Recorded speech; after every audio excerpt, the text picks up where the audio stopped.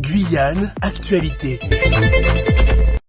Bonjour à tous et bienvenue sur Radio Pays. Nous sommes donc devant les pompiers de Cayenne, devant le cimetière où il y a une 10e journée de manifestation contre la réforme des retraites. Nous sommes avec Bruno Nuderkorn qui est secrétaire UTG et notamment avec Gilles Baudy qui est secrétaire général adjoint, pardon. Donc voilà, alors on commence avec vous Bruno, merci d'être en direct avec nous sur Radio Pays. Une 10e journée de mobilisation, vous tenez le coup? Oui, il faut tenir le coup, surtout que en France, les organisations arrivent à mobiliser très largement et nous avons le devoir de suivre ici le mouvement pour dire non à cette réforme des retraites et en plus, avec ce qui s'est passé depuis une semaine, non à la violation d'un principe démocratique, c'est qu'on consulte le peuple sur une loi aussi importante. Alors une loi qui est déjà passée à cause de ce 49.3 qui est passé en force. Du coup, Gilles, en tout cas beaucoup d'organisations sont là aujourd'hui. Donc la Guyane est solidaire à la France aujourd'hui ? La Guyane est totalement solidaire à ce mouvement puisque nous ne pouvons pas accepter ce genre de loi. Une loi peut être votée mais ne pas être mise en application puisqu'il faut qu'un décret soit voté. Donc je pense que tout le monde l'a bien compris et continue à se battre pour empêcher ce décret d'apparaître. Alors Bruno, on a notamment l'impression qu'en France, le mouvement ne faiblit pas. Hein. Il y a toujours autant de personnes, des millions de personnes dans les rues. En Guyane, malheureusement, on ne peut pas constater la même chose. Il n'y a pas énormément de monde. La dernière fois, il y avait 1500, après 1000 et aujourd'hui, on peut compter quelques centaines. Ouais, c'est ça, oui, on est à peu près là déjà 200. Donc ce qui se passe, c'est vrai, hein, nous le savons par la pratique, que les mouvements qui viennent de France sont pas forcément suivis en Guyane. C'est comme ça. La distance géographique crée peut-être une distance de cœur également et fait que nous suivons plus lentement le mouvement. Cependant, pour nous, en tant qu'intersyndical, il est très important de dire que quand même, on marque le coup. C'est ça qui est important. On marque le coup et les gens qui le peuvent viennent à la manifestation et font remonter la colère parce que la population n'est pas d'accord. Hein. Vous discutez avec n'importe qui, les gens ne sont pas d'accord pour aller bosser jusqu'à 64 ans. Et puis en plus, ce déni démocratique en plus, les gens sont opposés à ça. Après, c'est plus difficile en Guyane de venir manifester et de perdre une journée de grève. Je rappelle que la moitié de la population vit avec moins de 800 €. C'est quand même très compliqué. Donc nous avons le devoir, nous en tant qu'intersyndical, de marquer le coup et de dire oui, nous sommes aussi contre cette retraite. On peut l'expliquer de plusieurs façons. Déjà, peut-être que comme la Guyane compte plus de jeunes et que les jeunes ne se sentent peut-être pas concernés, il y a la deuxième explication dont on parle justement de la distance. La troisième, on peut dire que comme les manifestations sont fortes en France, peut-être que les Guyanais se disent bon bah ça y est, en France ils sont déjà assez forts, que nous on fasse ou pas, ça va pas changer grand-chose. Ouais, c'est les deux arguments effectivement. Sont deux bons arguments. C'est que la moitié de la population a moins de 25 ans. est vrai. Nous, dans nos lycées, moi je suis professeur en lycée, ça n'est pas une question qui vient à l'esprit, qui les mobilise. Donc ça fait déjà la moitié de la population en moins. Hein. Ensuite, il est vrai aussi qu'il y a la distance du cœur, quoi. Voilà. On mettrait 50 000 personnes à Cayenne, et les gens le disent, hein, on mettrait 50 000 personnes à Cayenne, que ça ne changerait pas le sort du mouvement. Et ça, c'est entré dans la tête des gens. Donc effectivement, les personnes viennent moins, se mobilisent moins.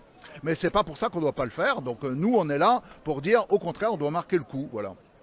La dernière fois, il y a eu des ronds-points qui ont été au ralenti. Hein. Du coup, aujourd'hui, c'est juste une marche. Est-ce que c'est ça l'objectif de faire de temps en temps une marche, de temps en temps un bloc, enfin pas un blocage total, mais un blocage partiel? Oui, on fait l'intersyndicale choisit des modes opératoires différents pour pouvoir marquer plus la population. Sur les barrages filtrants qu'il y a eu, ça a permis d'informer la population et de montrer. Globalement, très globalement d'ailleurs, les gens n'étaient pas opposés parce qu'ils comprenaient. C'est là aussi qu'on voit l'adhésion au mouvement. C'est que les gens ne se fâchaient pas, quoi, même si c'était très, très, très embêtant. La deuxième chose, après, à un moment donné, sur les barrages filtrants, il y a moins de monde. Donc là, aujourd'hui, il s'agissait de refaire par une marche la mobilisation d'un peu plus de monde. Voilà, c'était ça l'objectif aujourd'hui. Alors normalement, la marche devait commencer donc à 9h où vous deviez vous rendre à la préfecture. Est-ce que vous attendez plus de monde pour pouvoir commencer ? Non, là, ça va bientôt démarrer. Bon, vous savez, quand on fixe 9h, bon, Nous-mêmes Guyanais, nous gagnent un petit quart d'heure.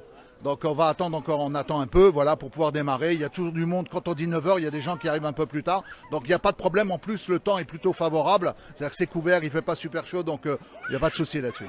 Justement, j'allais parler de ça, j'allais parler du temps. Il commence à pleuvoir un petit peu.